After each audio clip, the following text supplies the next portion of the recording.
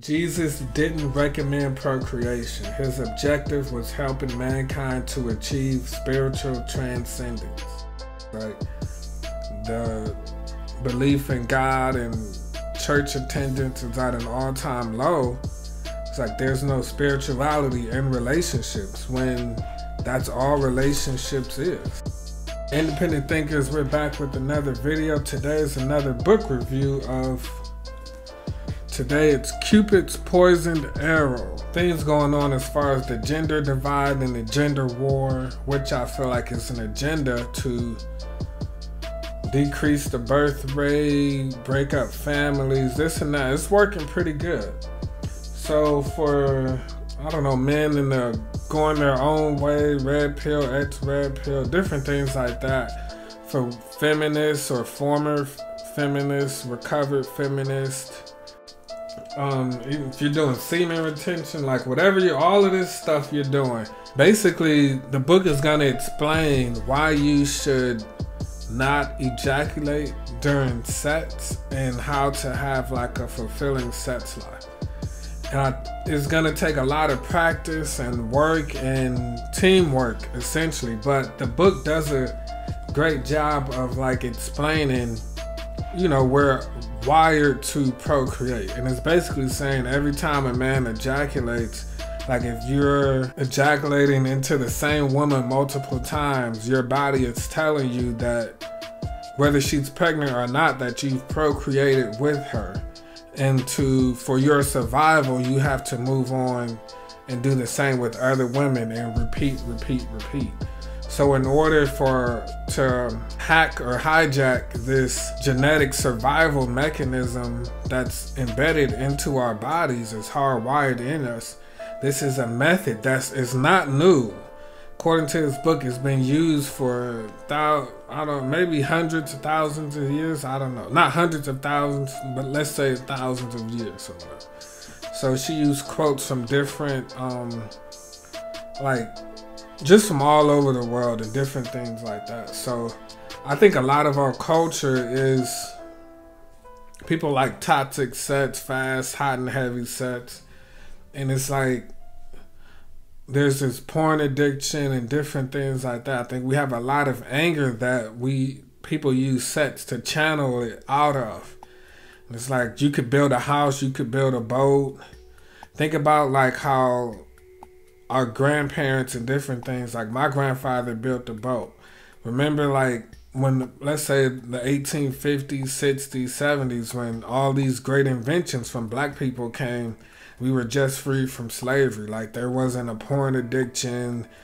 There was, you know what I mean? Like back then, people of color, and not just like, basically a lot of men, they weren't just good at one thing. They had multiple trades and they were masters of different crafts, and that's missing today. People can barely master anything, then, you know, with their attention span. So I want people to keep that in mind, that, and the body is saying like also too, like, you know, we bonding hormones, dopamine, serotonin, just different things like that, like just simply caressing and touching your partner rather than just smashing and different things like that. Like these things set off, create neural pathways, and they release hormones, and it creates a bonding atmosphere. And it's not just about rough sex, you know what I mean?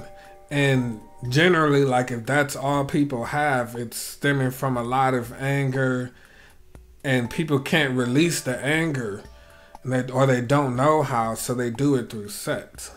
And I feel like that's us being controlled by our anger and our emotions and our senses, and we have to combat that. And this gives you a practical, historical, spiritual, biological way to do that. Sex is like fire or water. Fire and water can aid a man or kill him. After 16 months of charisma, so that's the method they're saying, like where you're just creating a bonding moment and you're not having all this rough sex and orgasm and then go about your way. After 16 months of charisma, my wife agrees we are more affectionate and more openly in love. A few weeks in, we notice that we go in the zone during sex. I'm still discovering exquisite new feelings. This really could save marriages. I did a book review on my website on this, and I put how to save your marriage, and I think it can save marriages, it can save relationships. A goal of the practice of Cariza is to help restore trust between the sexes. It is most unwise to seduce a partner with conventional sex in hopes that she or he will wish to change direction later. So you should be straightforward, like if you're discussing this with your partner. A great book to like bridge this gap of this gender divide war that's going on, and to create a bond and hopefully help relationships. Our bodies are simply not equipped to sustain for long periods the physiological arousal associated with passionate love, desire, and other intense emotional experiences. I began to see passion and love in a new way. On the other hand, if you're suffering from uncomfortable sexual tension and orgasm is the sole option you see for relief, then hungry touch with the goal of heating up your partner seems your only possible path to relaxation.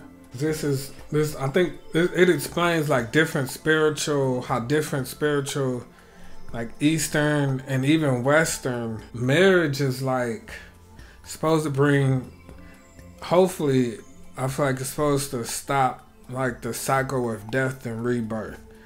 And like the purpose of a marriage is not really children, but it's more so like for you both to reach a point of enlightenment and teach each other. Talks about like the Nag Hammadi text, the bridal chamber, which is basically like when you like becoming brides of Christ. Procreation was definitely not on the minds of the early Christians, who were willing to leave families behind entirely to spread the good news. Jesus didn't recommend procreation. His objective was helping mankind to achieve spiritual transcendence. Jesus had taught, you enter the kingdom of heaven when male and female become one. Surgery, BBL, and all of this stuff like to preserve beauty rather than preserve our spiritual essence.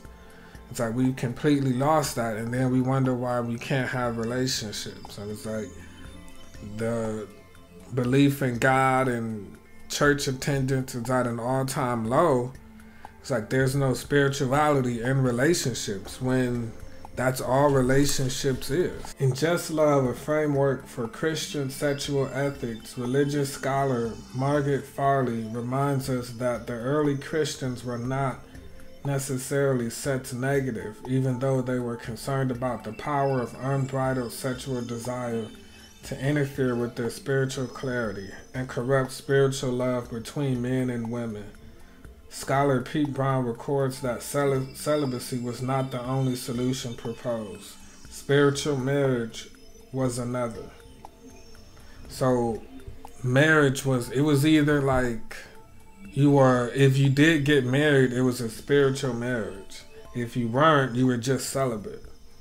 And as you can see, like the last couple thousand years, we're here where we are now. In a relationship practice that was apparently widespread during the first several hundred years of Christianity, a devout couple will cohabitate under the condition of strict continence. And then it's saying by the time the Council of Nicaea, the church abandoned that method in favor of the